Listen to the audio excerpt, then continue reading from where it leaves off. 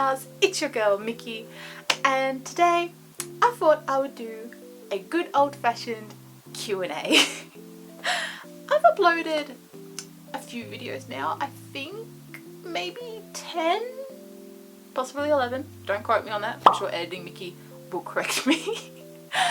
But yeah, so I've uploaded a few videos now, and I realized you guys don't know anything about me other than what I've shown you clearly, so I thought let's do a little get to know me Q&A. So I asked on my Instagram and y'all answered, so shall we get into some cues? Also, I'm on a spinny stool today and I shall try my hardest to not be doing that for the whole video, but no promises.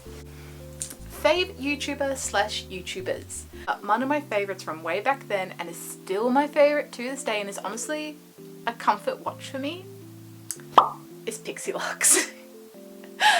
I got into her content back when she first went to Japan for the first time, because obviously that's how I found her, because of course I did, because I was watching all the Japan YouTubers at the time, and I just fell in love with like the rainbows and the sparkles and just the energy was really fun and creative. It kind of like inspired me to like be more confident in myself and just creative and just go out there and do the fun wacky thing and don't be afraid of the cringe.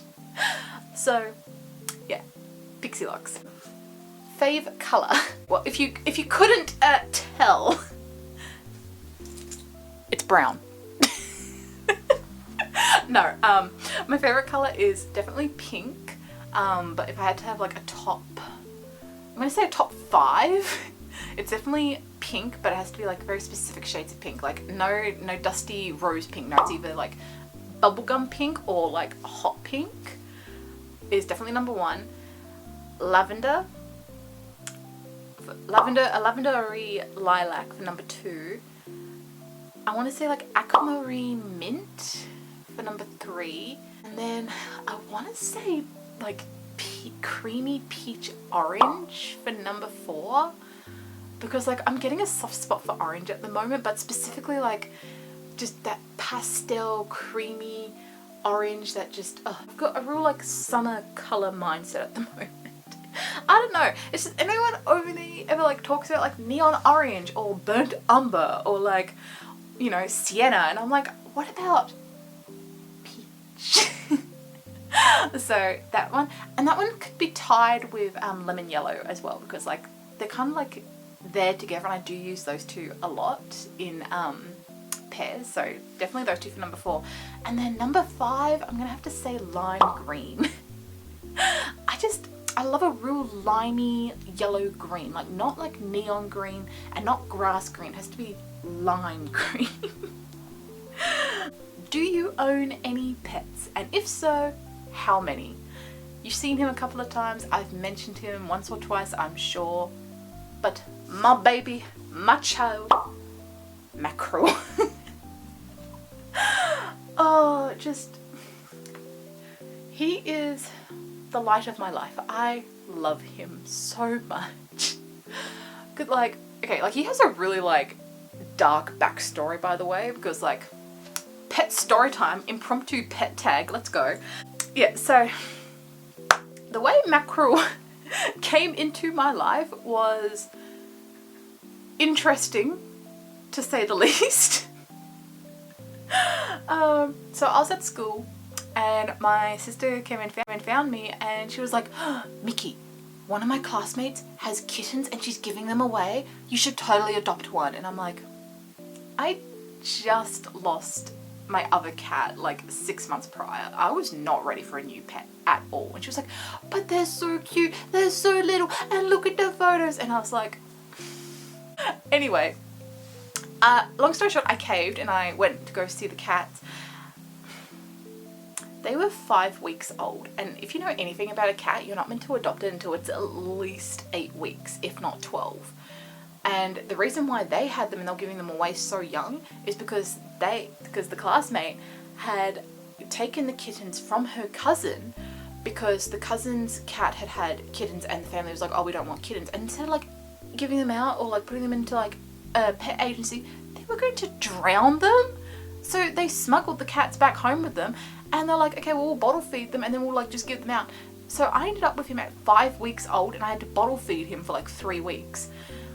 And he was literally a puffball. Like, I'll insert some baby photos here, but like, he was the smallest, most electrocuted looking cat.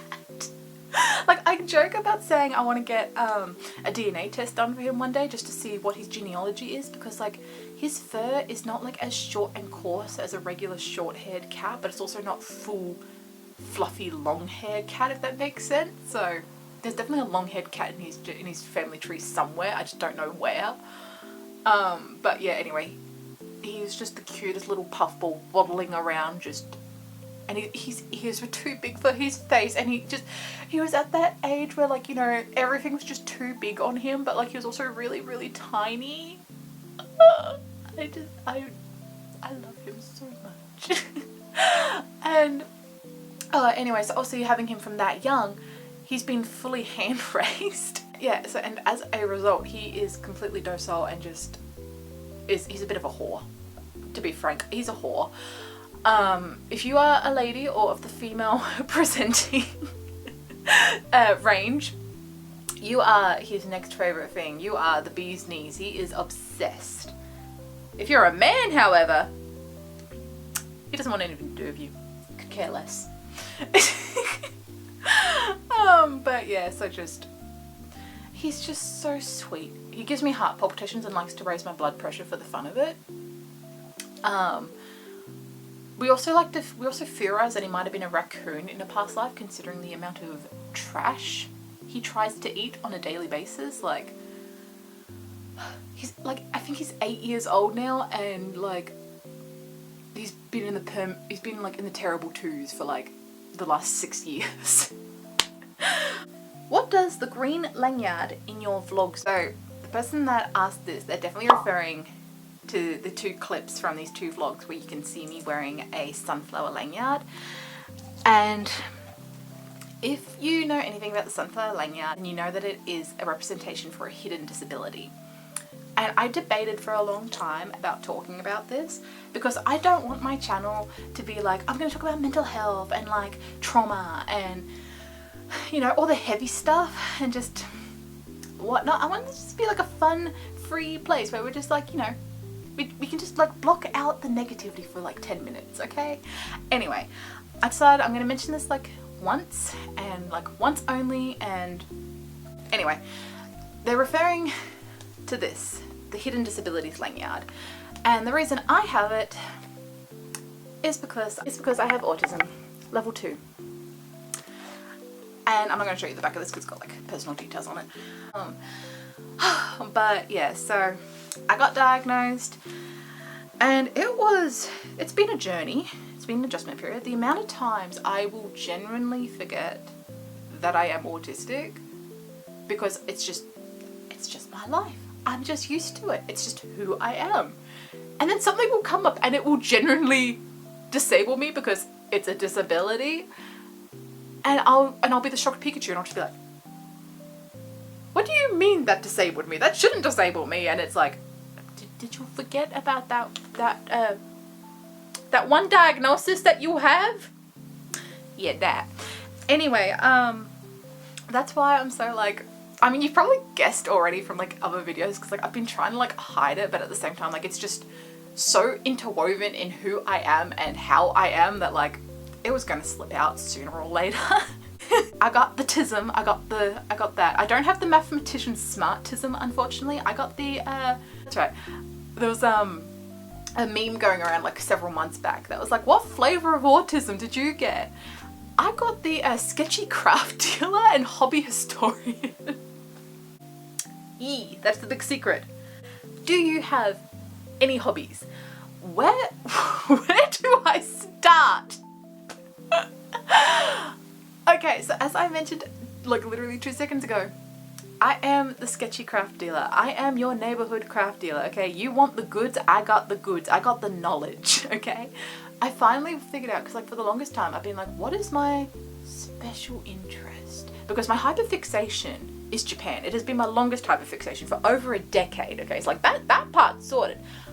What's my special interest though? And I finally worked out that it's the umbrella term arts and crafts. So anything that fits under arts and crafts, it's that.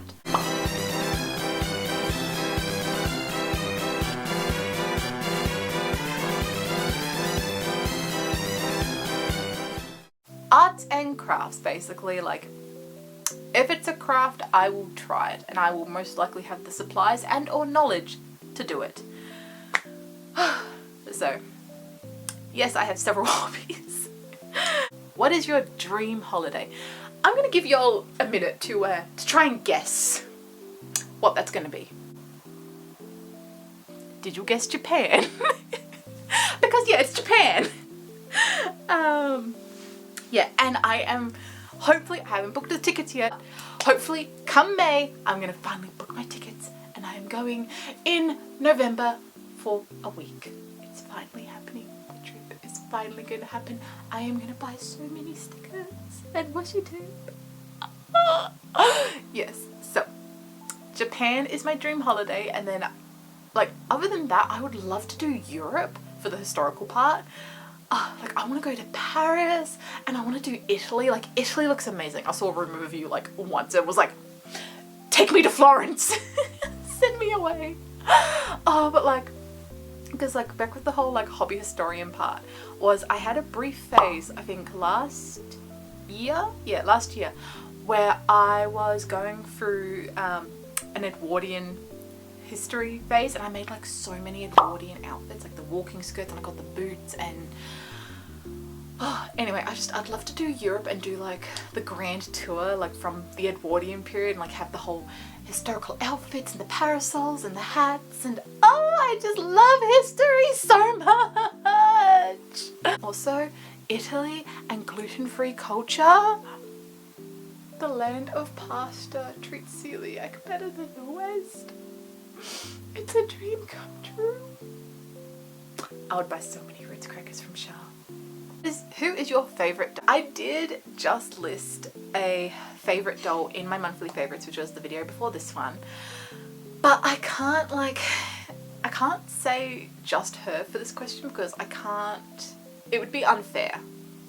So I obviously have B as one of my favourites. And then my other favourite, y'all know her if you're from AGIG, Fern. Fern was like my first like real favourite doll, and like she's still high up there on my list because like the way I've got them separated. I've got B as like my doll, and like she kind of goes on adventures with me, and she's just like out in public and just being, you know, a doll, a Toy Story type situation, right? And then I've got Fern, and like Fern and like some of the other, and all the other dolls, they've got like whole characters and backstories, and I've built a whole doll world around them because like I have so much free time.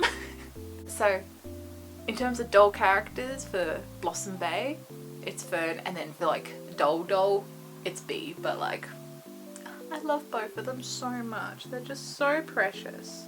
Fave music artist / band / podcast. My music tastes are so vague and all over the place. Like I can't just list like just one genre and just be like, yeah, that's it. But okay, my main like genre music type is definitely J-pop. Surprise, surprise. Think Aikatsu, Pretty Power type of idol music, okay? So like that sort of stuff. And then I think for bands, I'm gonna have to say Florence and the Machine. I know, like that, the polarizing, like, I know, you go from like happy sparklers like anime girls to whatever the Florence and the Machine is. Okay, but the reason why she's like my favorite band is purely because of the Raven Cycle, which, spoiler alert, I'm gonna be mentioning it again later. But yeah, I don't know, it's like, I like the funkiness of it, I guess. And then as for favourite podcast, which is also going to be a surprise third option, and that's going to be Welcome to Night Vale. I know, like, again, sparkly, colourful, funky, rainbow galore, childcore, and I love Welcome to Night Vale. Again, I just love the wackiness of it. Like, I'm a year behind on the story because like I fell off the bandwagon for a hot minute, but like I'm getting back into it slowly and just, I don't know, I just love the creativity of it, okay? It's so, the story is so good. Best thing you've thrifted, and I can actually show you this thing. Okay, the best thing that I have ever thrifted was from Savers, I think, yeah, late last year. It was one of those days when my sister had been trying to like drag me out all day and I was like, I don't want to go out. It was like, it's cold and it's wet. Can't be bothered to leave the house. 6:30, 7 p.m. She finally convinced me to go out and we went up to Savers and I was checking the book section because I've been on the hunt for like children's books that I could cut up for junk journaling, and I saw this and I thought it was, because I got those Flower Fairy books, the pop-up ones, and I thought it was one of those ones, but it's one of those like interactive scrapbooky journals, but for Beatrix Potter. I bought this for $3, I think. Yeah, I got it for like $3 and it's like pretty much, it's like completely intact, like it's perfect condition. And of course, like I was deep in the Edwardian phase still at this point, so, and as you know, Beatrix Potter is from the Edwardian period, you know, the early 1900s. And like it's not missing anything, and like it's still in really good condition, like nothing's ripped out or missing. And just, I like looked it up online, like look, it's even still got like the letter. Like normally, like, you know, when these sorts of things end up in the thrift store, they're always like missing bits by the time they get there, but like oh, but anyway, it's just basically like one of those like journal autobiography scrapbook things that I loved, because like these were like my favorite things to read when I was a kid. So anyway, I looked this up online just to see if it was still like available, and the only version I could find was like an e-Kindle version on Amazon for $18, and I got this, the physical copy, for only $3 from Savers. So but yeah, this is like my favorite thing that I've ever thrifted. And like, and the best part, like look at this, there's like a secret compartment.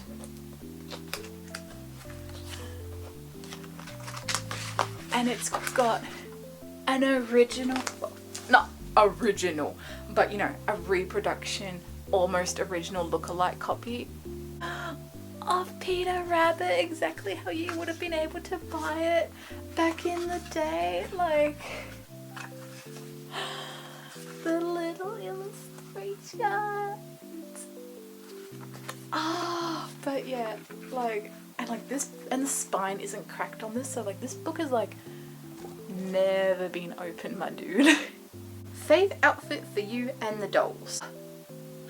Again, I have so many outfits that I love just for myself, and I'm, as I said in my favorites video, I'm currently, I think I mentioned it in my favorites video, I'm currently making a mini matching wardrobe for B. But I think one of my favorite outfits, especially if we're including the dolls, I'm gonna have to say this one that me and B wear all the time, especially when the months are getting colder. An item on your wish list. There are several items on my wish list. I have so many like lists for things to save for and like buy eventually. I really want to get a MacBook.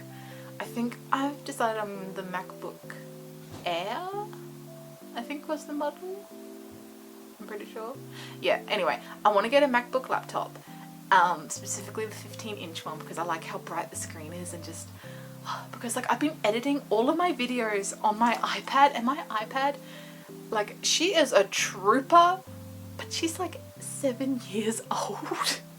And I am burning the battery out really quick now with all the editing that I've been doing, and my iPad is like, please girl, please, I'm dying. And I use iMovie, and I'm really comfortable with the software, so I'm kind of like, I want to upgrade and get like an actual computer so I can use like all of the controls, because the iMovie app only has like half of the controls that the actual like built-in software program on the laptop version has. So Anyway, that's an item on my wish list, and I'm hoping to maybe be able to save for it and get it by the end of the year. Maybe, hopefully. We'll see what Black Friday deals are like. But yes, like that is an item on my wish list. Fave book / series. Now, I did mention this earlier, but my fave book series is The Raven Cycle. I'm currently obsessed with it at the moment because I found out that they had a spin-off series come out, and I was like, I need to reread The Raven Cycle, because if you have read The Raven Cycle, you know it has memory erasing qualities. And ask me to tell you the plot for the full Raven Cycle series, and I would only be able to tell you like maybe a quarter of it. And that's over 4 books, okay? Because like the amount, like when I was rereading it, the amount of text I was sending to my friend, and I was all like, do I just not know how to read? Because when did this happen? I have memories of something like this happening, and it's not here in the book, and apparently it doesn't happen until like the spin-off series, but I haven't read the spin-off series yet, and just I was questioning my sanity for a lot of the reread. So I ended up rereading those, and then I read the spin-off series, and the pain the spin-off series came. I am debating on doing a deep dive booktube video, so if y'all would be interested in something like that, let me know down below. Yeah, just The Raven Cycle. And my favorite is Adam, and just there was a brief moment where I was like this close to making a custom American Girl Adam doll. Like, I am obsessed with that boy. Like, I just love his dusty, magical quirkiness. Comfort show. I have so many like that I just rewatch over and over and over and over again. It's definitely Bee and Puppy Cat. Just I watched the original webtoon series when it first aired, and just I love Bee and Puppy Cat, and I waited so long for the 2nd season to come out, and I'm so glad Netflix picked it up. But please don't put us in, you know, fandom jail again, waiting like 6+ years for season 3. But like, I love Bee and Puppy Cat, man. That's why Bee is called Bee, because like Bee and Puppy Cat. Fave anime. I have so many because I am a genuine glorified weeb.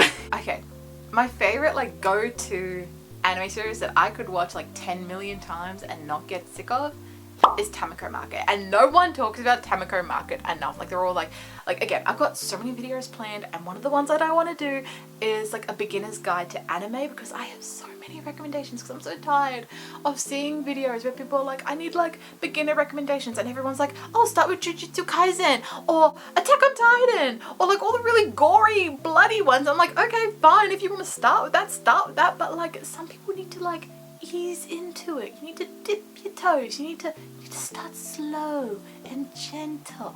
Tamako Market is the one to start with. Now make sure it's Tamako Market and not Tamako Love Story, because Tamako Love Story is the movie that finishes the series. So you have to do the series first and then the movies. Don't be like me and watch the movie first and then be spoiled.